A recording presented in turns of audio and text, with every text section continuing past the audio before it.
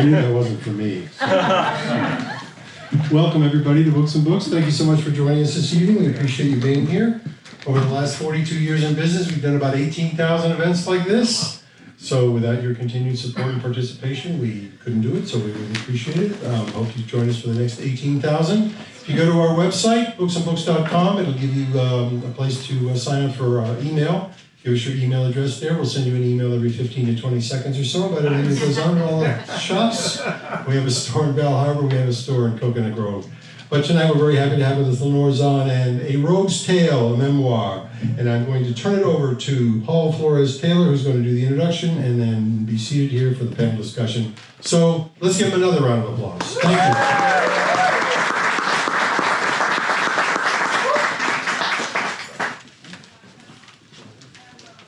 Good evening, folks. My name is Paul Florez-Taylor, and I have the distinct honor of being your co-moderator this evening. I host a podcast called Power of Xmen.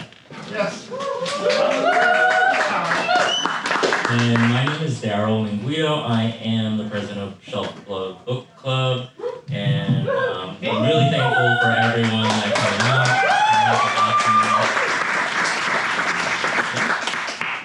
Are we excited to hear Lenore speak tonight? Can you make some noise? I'm sorry, I thought we were muted in this crowd. I said, can you make some noise?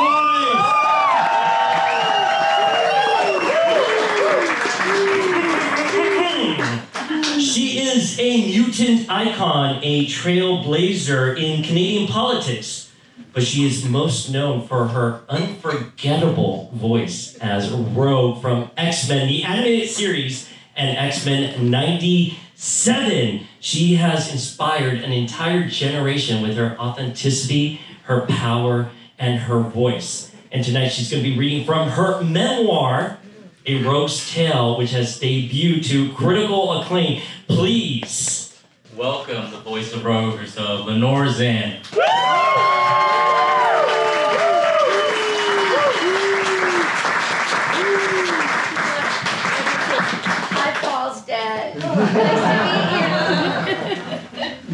Well, hello everybody. How are we all doing today? Amazing. Yeah, great. Another beautiful day in the neighborhood. Yeah. It's a pleasure to be here, and I want to say thank you so much. Is it Osti? Who is your name? Osti? Steve. Steve. Thank you, Steve, so much. I'm called for it. That's okay. And thank you for bringing me here and opening your beautiful bookshop up for this. I love it. As soon as I walked in, when I saw censorship is unacceptable, I was like, I'm in the right place. So listen, first of all, I just want you to know, I'm from Australia originally. How many people here have actually read the book yet? Not too many, but a couple. Yeah, so when you get the book, you'll see my origin story starts as a kid in Sydney, Australia. And that was where I first was introduced to ballet. My mother was an incredible dancer in her younger day, and she enrolled me in ballet at an early age and took me to the ballet, and I got to see people on stage in incredible costumes and with music, and when the lights went down in a theater, the hush of the audience, the excitement of the audience before a show, and then the hush and the expectancy, it blew me away. And when the people came out all dressed up and people were they were just so enamored and really laser sharp watching everything on stage, that was the first bug that bit me, that made me realize I wanted to be a performer. The second thing I did was I had a wonderful grandmother, Mummy Marshall I called her. I thought I had two mummies and two daddies because Mummy Marshall and Daddy Pop, my mother called her father Pop, so I called him Daddy Pop. They used to look after me out in the bush in a place called Karua, which was about 120 miles north of Sydney. And my mom and dad, being young teachers, were oftentimes really busy getting their careers going, and they were building a house too. And their house that they were building in the suburbs of Sydney, Australia, it was built on stilts because at that time there was no air conditioning or anything, and as it is here, it gets very hot. So houses, they came up with this idea of building them on stilts so that they get the breezes. Now, my parents bought that house for $5,000. They had it made, they had it built, and they built it for $5,000. And I went back to Australia recently, and I visited the old neighborhood, and I ran into somebody who was the next door neighbor living there, and they said, yeah, that house had just sold for $7.5 million. And I almost didn't have the heart to tell my mother, because she'd be like, oh, why didn't we hold on to that? But it's considered, those kinds of houses now are considered heritage, because that was like 50 years ago, and they don't make them like that anymore. Now they have air conditioning. So, so I started off in Australia. And my grandmother used to tell me lots of stories about the bush and about the animals, all the little Australian animals, and also about witches and dragons and fairies. And so she really set my imagination aflutter. And so I started playing this game with my grandmother where she had this big old grandfather clock. Anybody who remembers big old grandfather clocks, right? And they were quite an imposing feature in a room. And I had this game that I made up where every time she had to sit on the couch in front of the clock, and every time I went around behind the clock and then came out, I was a different person, and she had to guess who I was, whether it was a family member or a movie star or whatever. And I think that was my early, like, little 6 and 7-year-old brain, like being an actor, becoming a character. And then I went into starting to write short stories and poems. My dad introduced me to that. And we moved to Canada when I was 8. And we moved over to Nova Scotia on the east coast of Canada, which, if you've ever seen Anne of Green Gables, the movies or the TV shows, or read the books by Lucy Maud Montgomery, Anne of Green Gables took place in Nova Scotia and Prince Edward Island. And my mom and dad bought a beautiful old heritage house that looked exactly like that. And I actually have just recently purchased it. And now I own that beautiful old family home. It's almost 200 years old. Yeah, it's really cool. So if you ever want to come to Nova Scotia, you can come visit me, Truro, Nova Scotia. It used to be the old stagecoach stop. And it was the second oldest house in Truro, the second house ever built. So I went into high school. I'd never had any lessons acting or singing or anything. But I used to wander in the woods and sing at the top of my lungs and make up stories and imagine all kinds of things. And so when I was in grade 10, they were having musical auditions. And the musical they were going to do that year, I was 15, was Guys and Dolls. And they were looking for Adelaide, the harlot with the heart of gold, who gets to sing, "A person can develop a cold." And I decided I was going to audition. Well, my mom and dad, being teachers and also being a little bit afraid of me trying anything that they thought I might fail at, said, "Oh, are you sure you want to audition? Because the bigger girls will get the lead roles, and you haven't got any background in singing or acting, and they've all taken classes and things. So maybe you should just wait. We don't want you to be disappointed." And I remember saying, "Well, I've got just as much chance as anybody else. Why don't I just give it a shot? I'll never find out if I don't try." And I remember that at the age of 15. And sure enough, I landed Adelaide, one of the 2 female leads. And when I came out on stage opening night, my mother said she couldn't even recognize me. She felt like it was a different person. And she thought, did that person really come from her? And people told my mom and dad then, they said, that girl, she belongs on the stage. She's a natural. And so that's when I started doing community theater.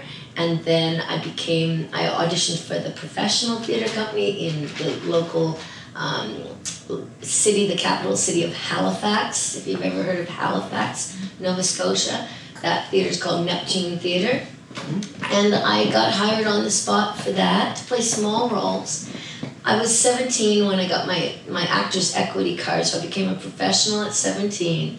And at 19, I was chosen to play Marilyn Monroe in a rock opera on the life of Marilyn Monroe. And that was what kick-started my career, and I became a star in Canada. The newspapers all said, "A star is born," after the opening night of that show. And then movies and television offers followed. And I still continued to do theater when the time was right, including off-Broadway in New York and in Chicago. And so whenever there is a role that's really right for me, that I feel very strong about, I'll do live theater still, and I still do movies and television. I have a show right now on Peacock. If you get Peacock or Sci-Fi, it's called Revival, and it's a live action series. Yeah, it's really good. It's horror genre, supernatural, and I've got a recurring role, so I think you might enjoy that while you're waiting for season 2 of Xmen '97. So that gives you a little bit of an idea of some of what I go over in the book. But I'm going to read to you from a passage. Because we were in Australia, my last name is Zann. Now, I don't know about you, but having a last name that starts with a Z was really hard as a kid, because all the other kids had like McDonald, Smith, McIntosh, all these, these British kind of names. And I was like, where did we come from? Like with a name like Zann, where did that come from?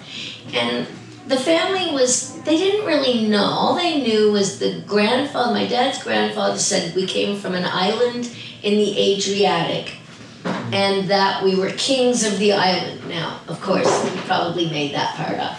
And so I was always very curious. And at one point in my, when I was 26, I went over to Croatia, which was part of Yugoslavia at the time. And I knew the name of the little town by then, Stari Grad, which is where we had come from. And I wanted to find out what my roots were, who we were, and what made us leave there and come over to Australia. And so some really amazing things happened and some really shitty things happened. It was a really a roller coaster of an experience.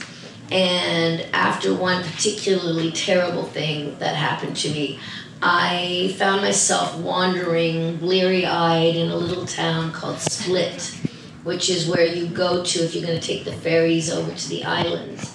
And I was ready to take a ferry and go over to the island we came from. But I found myself wandering around and going, who am I? Why am I here? What's my purpose? Very much like Rogue. Very much like Rogue. I hadn't played her yet at that age. At 26, I played her later on when I turned 30, 31. And so I found myself wandering around and I asked the universe, please show me a sign. Who am I? Where am I supposed to go next? And this is what happened.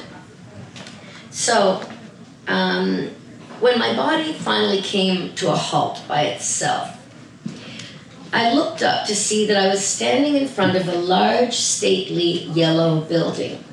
I had no idea what type of building it was, although it felt somehow like a church. I found myself walking up the stairs to the huge brass-bound oak doors and using the large metal door knocker to knock. To my surprise, the huge door suddenly swung open, revealing a wizened little old man. He looked as surprised to see me as I did him, and as he looked at me quizzically, he asked in Croatian what it was I wanted. I replied in my halting new old language that I was wondering if the building was a church or a museum.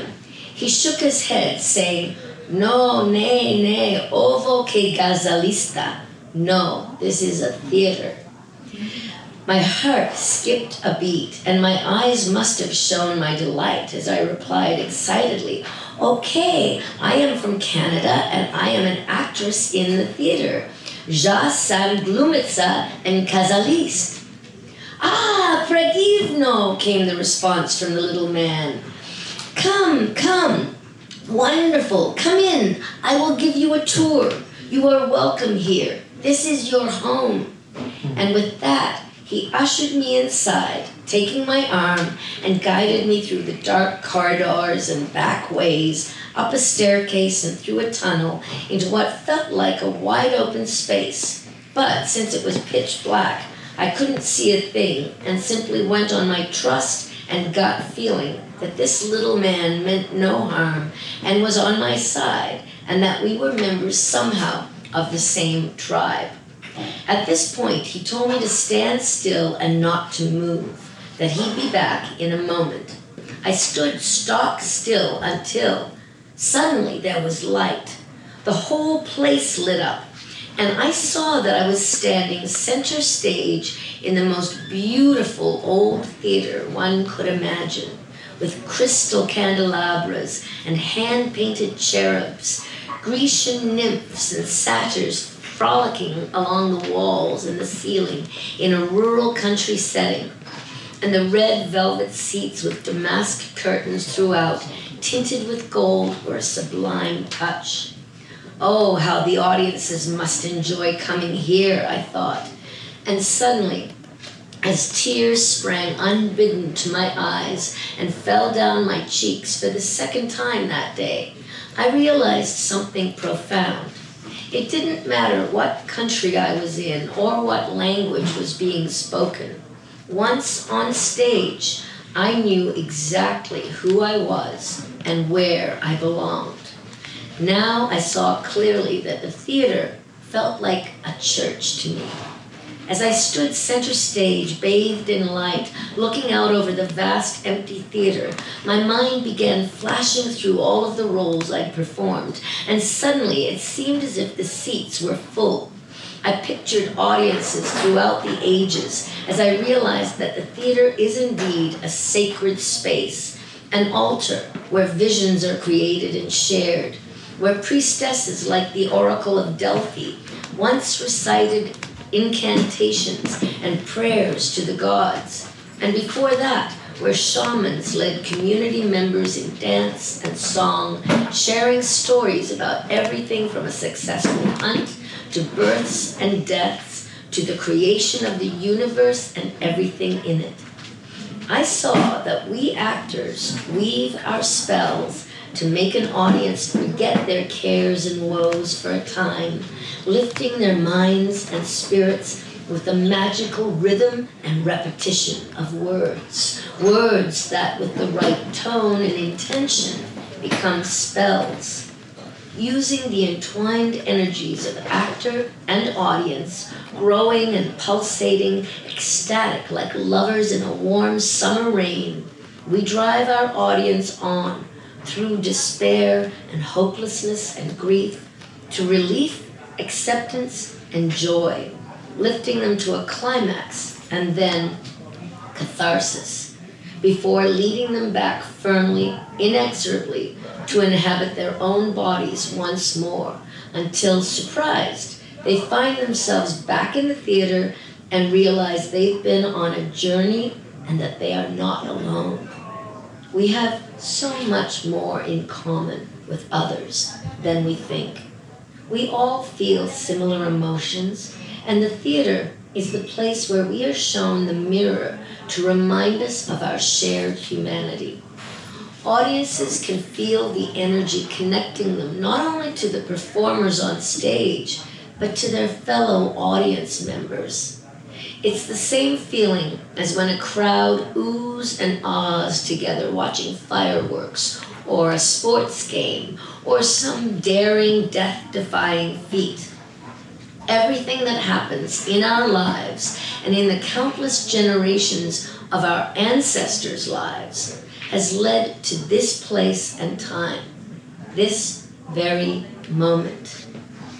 I smiled at the realization that my search for family and belonging was being fulfilled right here and now. Sometimes the universe provides us with what we truly need in the most ingenious and unexpected ways. I was finally home, and that's the end of that.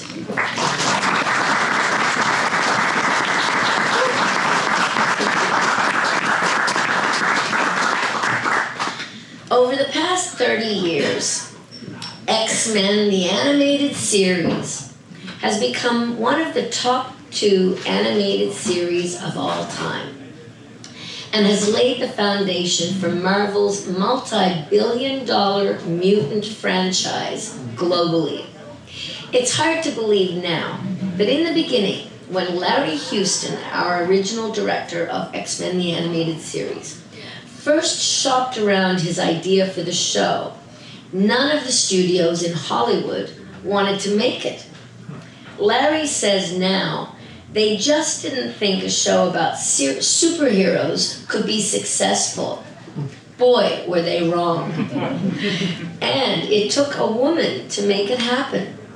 Margaret Loesch, who had just become president of Fox Kids Network, and the rest is history.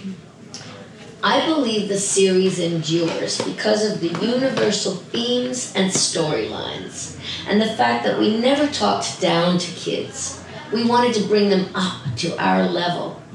Instead, our show is thought-provoking, reflecting social justice issues, including civil rights, bigotry, tolerance, and equality, issues which, sadly, are still relevant today. I'm often asked why Rogue is such a unique and popular character. The answer is complicated, just like the character. But from the very beginning, I have related to Rogue as if she was written for me. I've heard from many fans around the world who say they love Rogue because although she is such a kick-ass superhero, I mean, after all, she is the strongest woman in the universe, Sugah. They tell me that they also deeply relate to her vulnerability. And I do, too. Rogue is universal in that way. Like many legendary mythological heroes of old, Rogue is a hero with an Achilles heel, a unique vulnerability that could prove deadly. However, in Rogue's case, her greatest strength is also her Achilles heel. That's because Rogue, who exudes confidence, ease, sexuality, and a great sense of humor, is at the same time afraid to get close to anyone because her unique ability to absorb their superpowers, thus becoming even stronger than ever, can also drain them of their life force as well. So Rogue can never touch anyone physically, skin to skin, which means she can never be intimate with someone.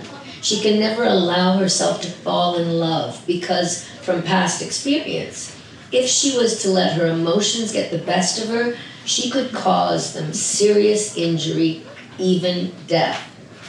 Rogue can never let her guard down, but must always remain vigilant, never able to give all of herself to anybody, which makes her a bit of a loner and also very lonely. In fact, I think it's this quality of Rogue's to which many people can relate. The pain of not being good enough, of not being accepted as we are by our families, peers, or society, while desiring simply to belong is universal and so human. That's why people join clubs, churches, and sports teams, and why lonely youth can fall prey to becoming gang members or joining cults.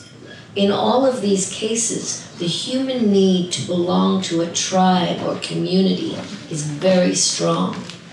Rogue also feels a deep sense of guilt and shame for past actions, for the harm she's done others, like Ms. Marvel before joining the X-Men.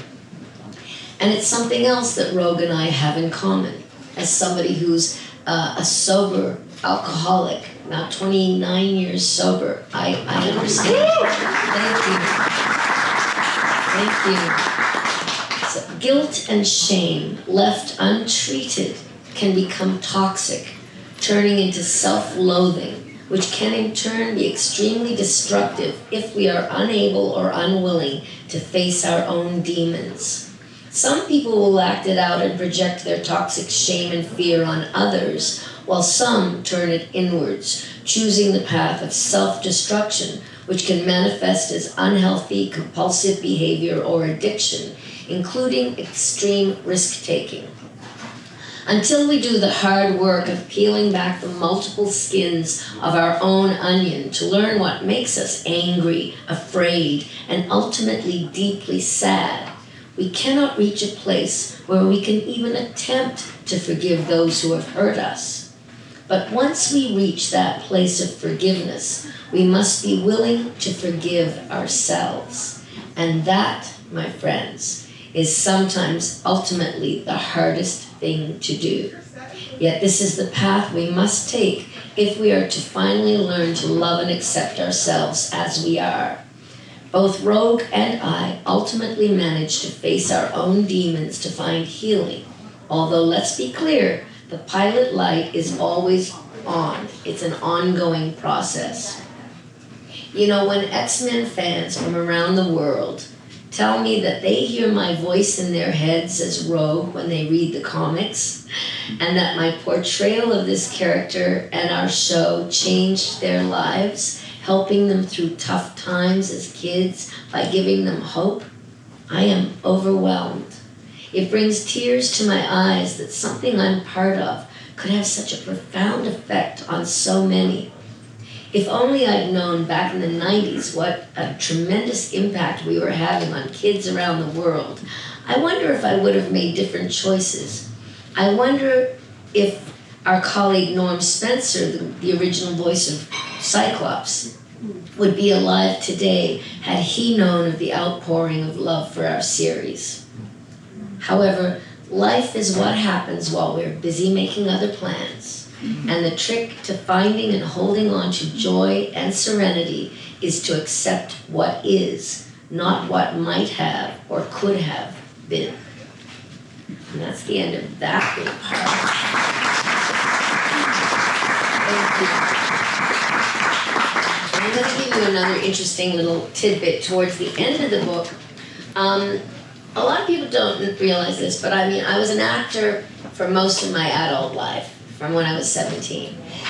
But at one point I got tired of acting and saying other people's lines, and I really cared a lot about so many issues that were affecting the world today. And I was asked to go into politics, and my mother, again, said, "Oh, I don't know if you should do that. You'll probably be disappointed. You'll never win. You're crazy to think you might win." My dad said, "What have you got to lose?"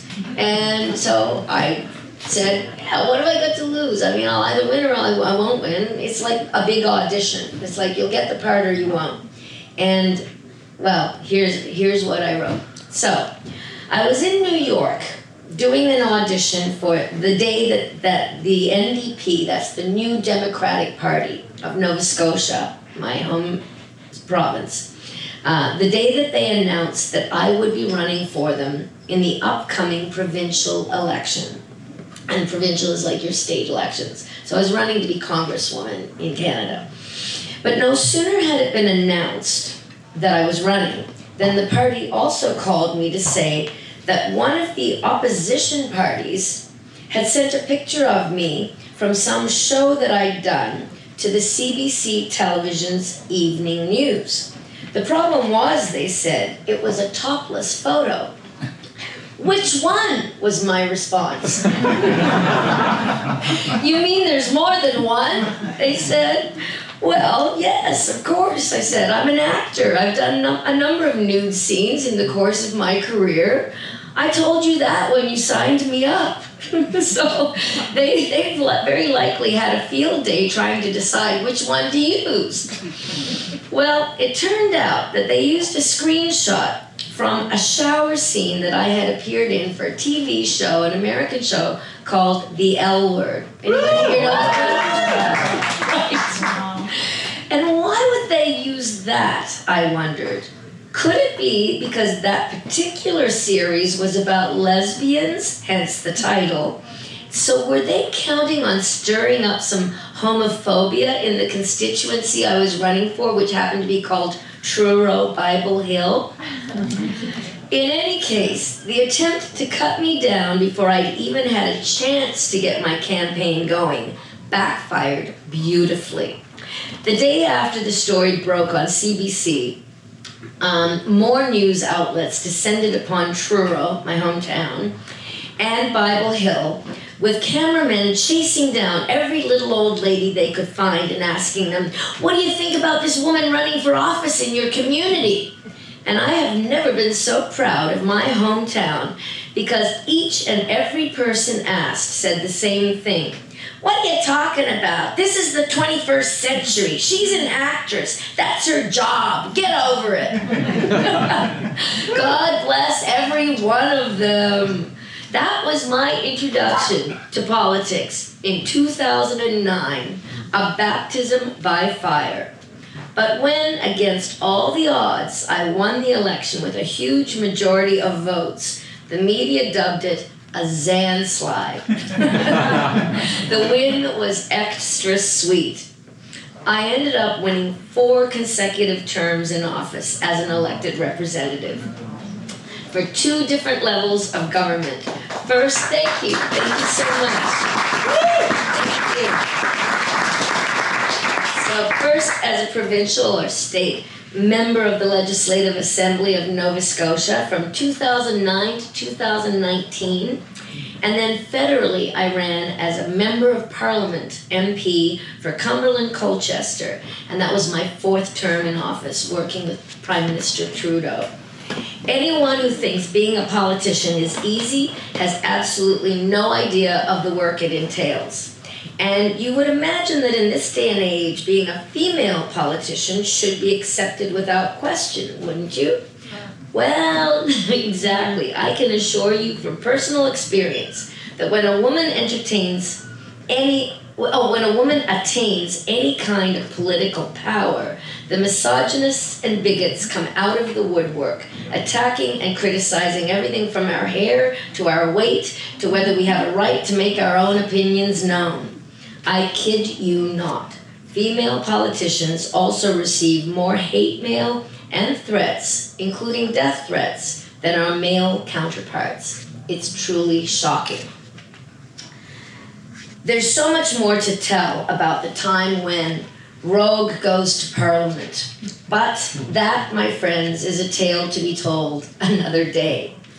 Suffice to say that in spite of the many challenges that came my way, I am truly grateful to the good people of Nova Scotia who believed in and trusted me to represent their best interests for 12 years, 4 consecutive terms. They had good reason to do so, since both of my parents gave me the gift of a strong moral compass. And my motto as a politician is simple. For as Joseph Howe, a famed Nova Scotian parliamentarian and father of responsible government, once said, and I quote, "What is right, what is just, what is for the public good." And that is my motto that I stuck with for my 12 years in politics.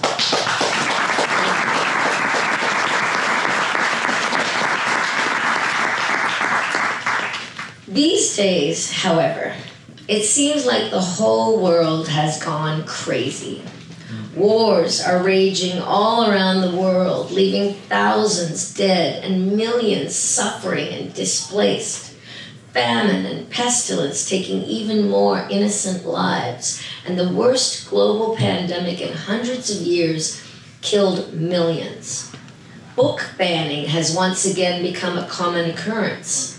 In fact, The Uncanny Xmen, The Trial of Magneto, a comic book by Chris Claremont, was recently removed from public libraries in Edinburgh, Scotland, of all places.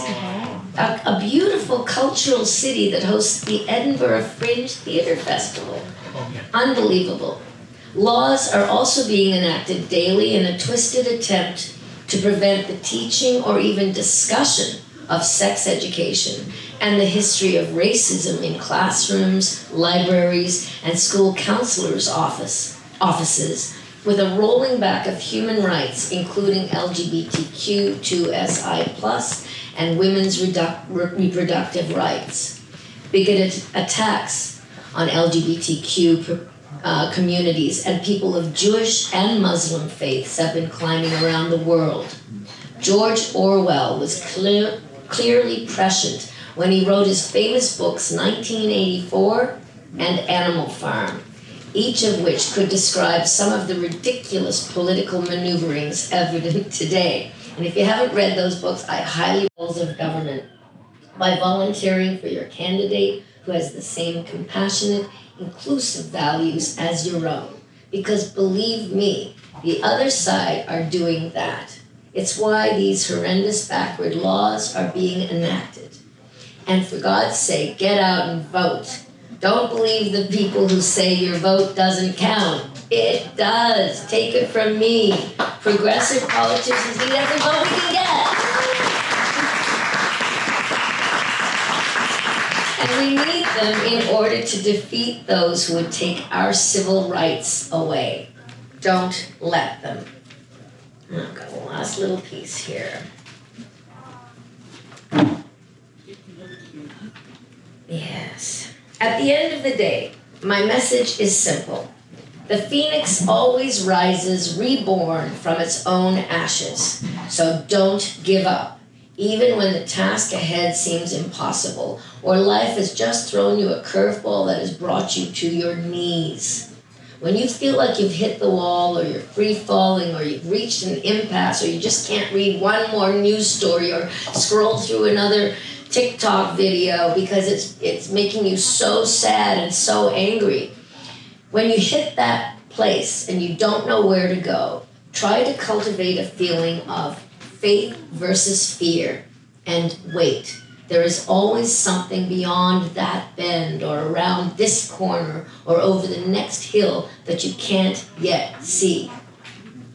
As I write this, I was honored by the fact that the federal bill I crafted so painstakingly and introduced in 2020 as a member of parliament, a national strategy respecting environmental racism and environmental justice, has just finally passed in the Senate, and it is now the law of Canada. It took me 10 years to make it happen, but we got it done. This book, my first, is meant to inspire you to keep going when the going gets tough. If people like it, I have many more tales to tell and learned lessons to share. At the end of Xmen, the animated series, Professor Xavier sums up my character. Rogue, unable to touch, yet look around you. You will find that you've touched us all. One can only hope. Excelsior.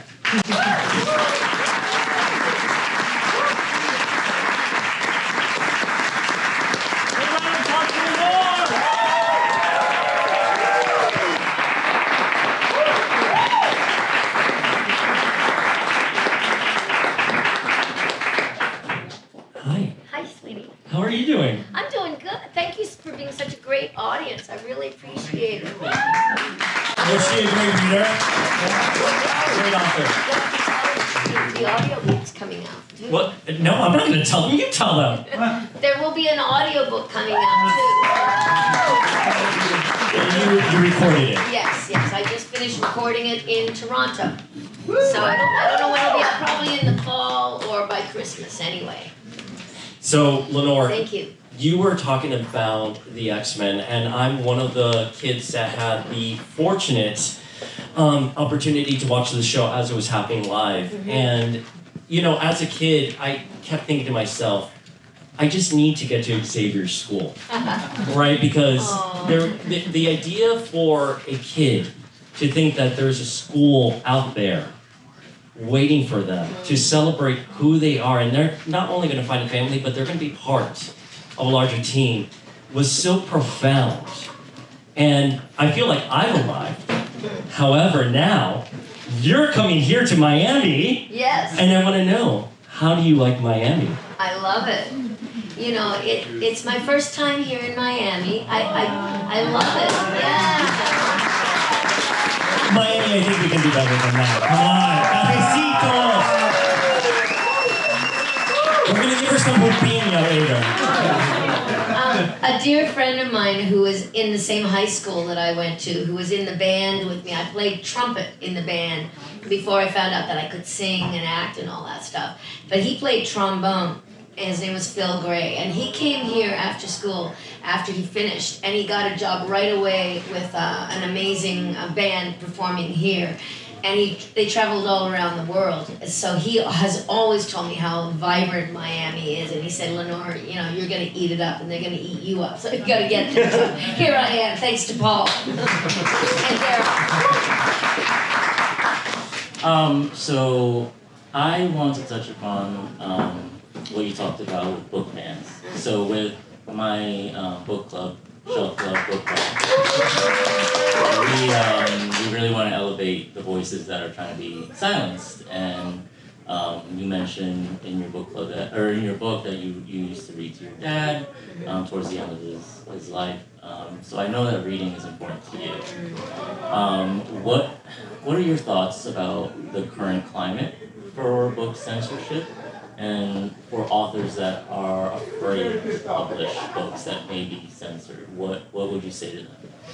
Well, first of all, I think if an author wrote a book and it was censored, I think that would probably help it sell more copies, to be honest. You know, we've seen this before. This has happened before in Germany and many other countries where the Nazis just burned books because they didn't want anybody to have any knowledge. And they wanted to basically brainwash people to think the same way that they thought, and to train everybody's minds to think the same. America thrives on individuality and the fact that there's so many different independent people with incredible ideas and thoughts. We need to share them. The country becomes stronger by sharing our visions, and you're so lucky that you have so many beautiful cultures here, including the Cuban culture here in Florida. Somos cubano aquí. That's what makes you so interesting. You know, I read recently that salsa has become the #1 condiment on the American tables. It's beat out ketchup now. So what does that tell you, right? Wait, I'm sorry, Lenore. Yes. Mild, medium, or hot? I usually like medium, to be honest. Okay, I think Yeah. we can accept that here in Miami. Yeah, I like medium. But you know, I just think that banning books is just a stupid idea, and it makes people more stupid. So I think between Darryl and I, we have so many questions, but we want to give it an opportunity for the folks in the audience to ask some questions. Do we have any questions for Lenore? Just raise your hand. Yes, our friend right here. You don't mind? I can show them. Okay. Oh. All right. Oh. What is it? Hold on. Oh, okay. Reveals more signals than I care to count. And strawberry biscuit for me to stir the stuff than you think. Oh, yeah, Xmen 97 Season 1 premiere. Can we get a round of applause for our incredible fan here? Thank you so much. And do you have a question about it, or you just wanted to share that? Just to share it. Simmer down. Well, thank you. I really appreciate that. Thank you so much. I think we had a question in the back. Yes. Oh, okay. If a Marvel were to approach you and be like, hey, write a Rogue miniseries, would you accept, and what would you want the plot to be? Well, let's put it this way, Sugah. I would love to see a spin-off series, animated spin-off series of Mr. and Mrs. X, Rogue and Remy. Right?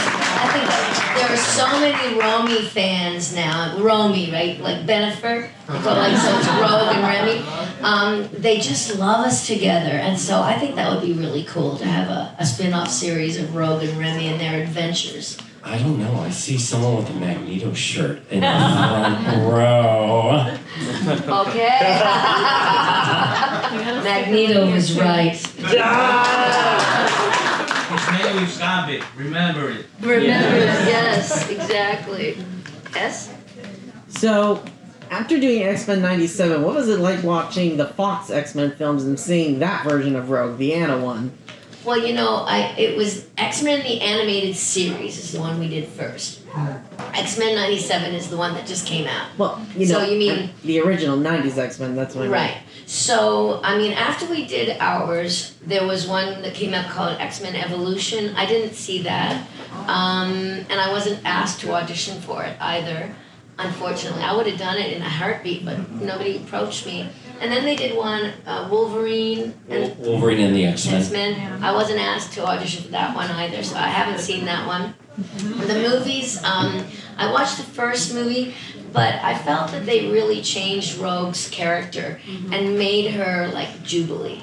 I think they went for an age demographic, like they wanted a really young person, but they made her like Jubilee. So I don't know why they didn't just introduce Jubilee as opposed to Rogue.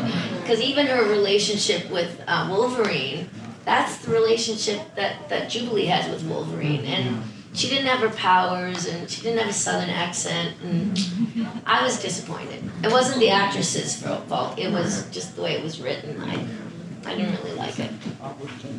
Yes. Hi, first of all, it's amazing to meet you. I've been a fan since the 90s, but I was born in 94, so I grew up watching the reruns. Right. And when the announcement came out for 97, I was like, stop the press. Don't come near me. It's amazing for you to write this book because I've kind of been going through my own thing. I actually want to be in the industry, not just as a voice actor, but as an actor. And I have a whole plan, and I actually just got accepted into film school as well. What's your name? Mackenzie. Mackenzie, congratulations. Thank you so much. It's been the moment I found out you can make a living out of this, the moment I turned on the TV, I'm like, sign me in. Right. What, and again, Magneto was right. If I may, I have two questions actually. So for 97 being back, I can imagine how ecstatic you were the moment this was mentioned. With the trajectory after this first season, what can we expect? Can we expect maybe 4 Horsemen of Death, more Roganito? Wait, no spoilers. No spoilers, I'm sorry. Just a little I'm not allowed to say, we signed NDAs and we're not allowed to talk about which way the stories go. But all I will say is that I have now completed recording season 2. And I love the scripts, and I love the arc, I love where it's going, and I think you guys will too. I think you'll be very excited. And then I've started season 3 as well. Wow. Yes!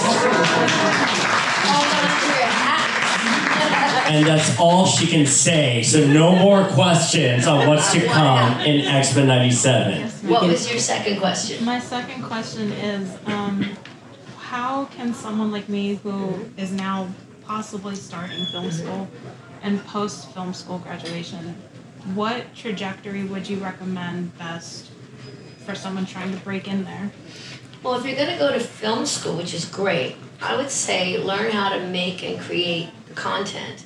And then start writing for yourself and your friends and get experience performing. Performing on, if you want to be an actor, right? Yes, ma'am. Yeah. But these days, you know, you can create stuff for yourself, and that will be a calling card. We didn't really have that back when I was starting out. Movies and it cost a lot of money. Now you know you've got cameras on your phone that can take videos and stuff where you can make really good quality stuff. So I would say, like I always say, take acting classes if you can. And audition for as much stuff as you can and try it out, see if you like it, and create some content for yourself. I think that would be an excellent way for a young person to break into it. Thank you so much. You're welcome. Question in the back over there. Hi. So I'm also an actor. I've done a lot of stage work, a little bit of film, not too much film. And we talk a lot about Rogue, but I want to know your story. How did you become Rogue? How did I become Rogue? Yes. How did you get the part? What's that story? Okay, well, I started off in theater. As I said, I did a lot of theater, and then because I did theater and was seen as Marilyn Monroe, then I started getting movies and television offers. So I did a lot of film and TV. Then I went to New York and I did a play. I did a play for 9 months in Toronto, then 9 months in Chicago, and then 9 months in New York off Broadway. And when I came back to Toronto from that, my agent at the time asked me if I wanted to audition for this animated series. Now, I'd only done one other animated series before that, and I considered myself a serious actress. So, movies, TV, theater, not so much cartoons. So I didn't go to the audition. I kind of blew it off. And then she called me again, and she said, Lenore, they're still looking for the right actress for this role. They're looking for somebody with a deep, husky, sexy voice who could do a southern accent. And she said, and they haven't found the right actress because it's you. So get your ass in gear, get down there to the studio and audition. So I did, and I walked in and I saw a drawing of Rogue. And she was standing there with her hand on her hip and her head flown back, and I went, oh, she's got sass and attitude. I think I can do that. And so I went into the booth, and I put the headphones on, and the producers were in Los Angeles. And I read the little piece that they had for us, which was, my daddy liked to kill himself when he found out I was a mutant. I remember I had me a boyfriend when I was 13. Had me a boyfriend until I kissed him. Poor boy went into a coma for 3 days. And I heard these people screaming. It just came out of me, Sugah. And I heard these guys screaming on the other end of the headphones in Los Angeles, going, don't let her leave the building. That's Rogue. That's the one we've been waiting for. And that's how I got the part.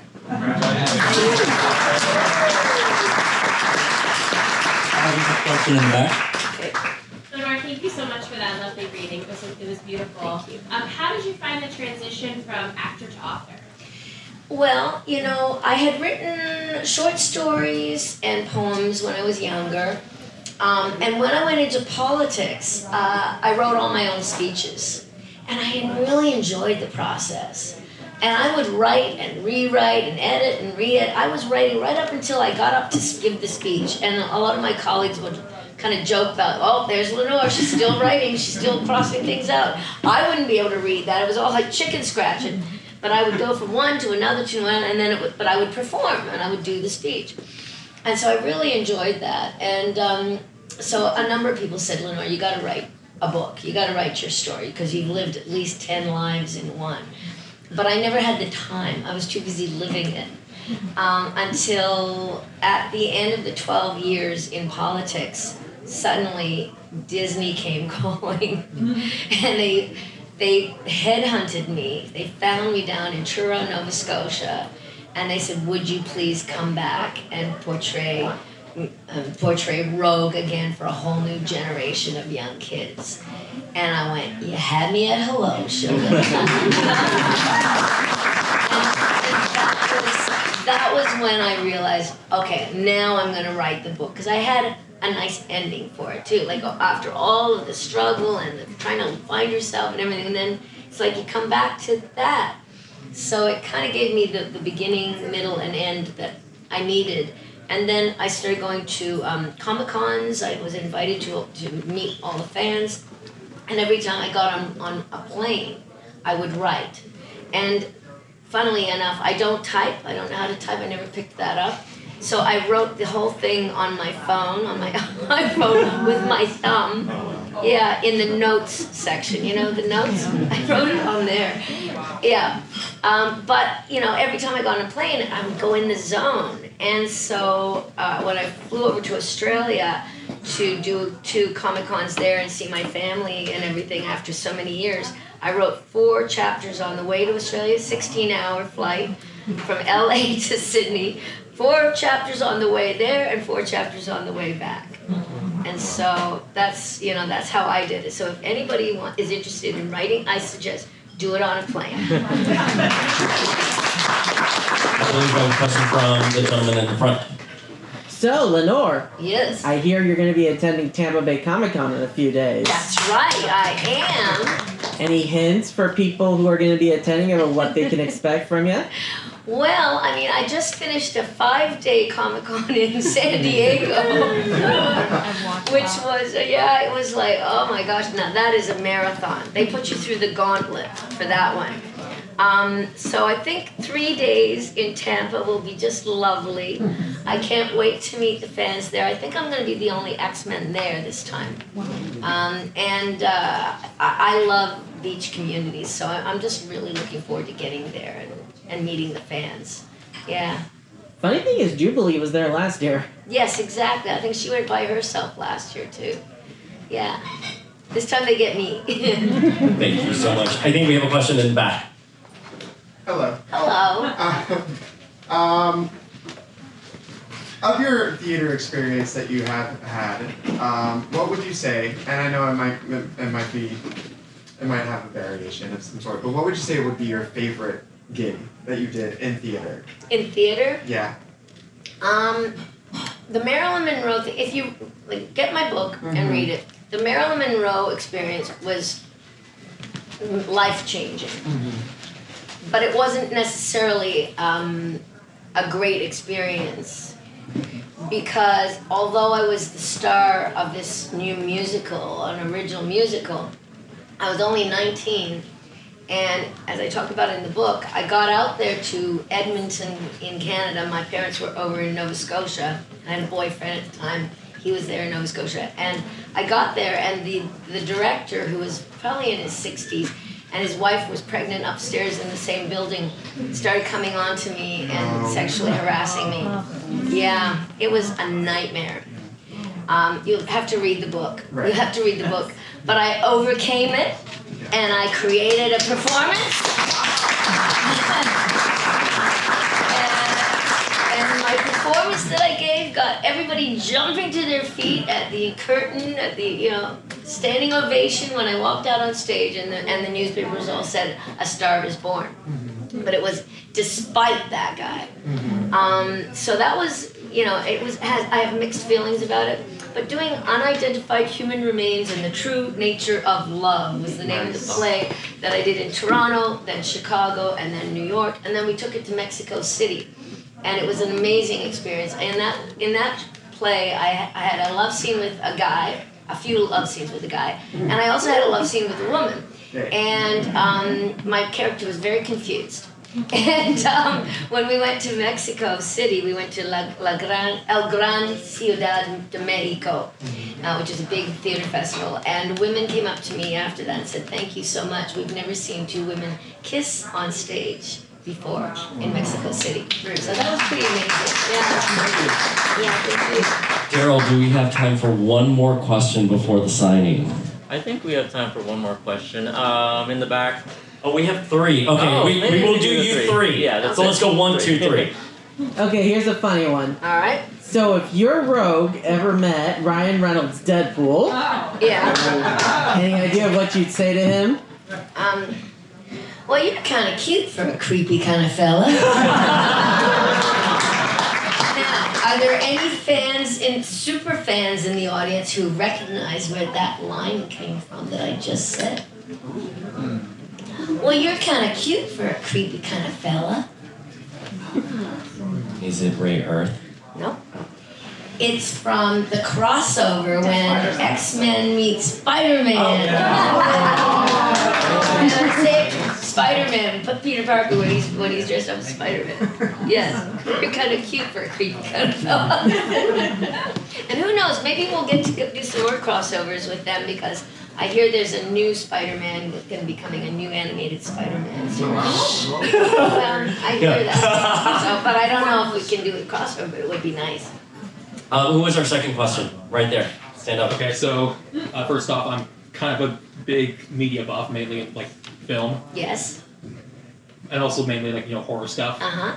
So in my cinema travels, yes, I have seen that Canada is kind of a rich, fertile ground for cool genre cinema. Yeah, that's true. So you said you've done some live action work. Is there any older things? Oh my God, there's a million of them. If you go on IMDb, you'll see a ton of my stuff. You see a ton of credits on IMDb. Yeah. But in the 80s, when I was in my 20s, I became kind of a scream queen. in Canada. So when people say, how did you practice? How did you get that scream for Rogue? I'm like, hey, honey, I had lots of practice getting murdered in all kinds of nefarious ways.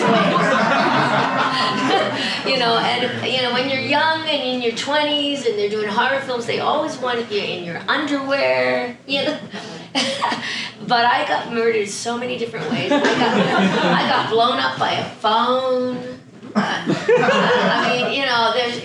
It was wild. But yeah, if you look it up, American Nightmare, Happy Birthday to Me, Visiting Hours. These are all some like classic horror films that we did.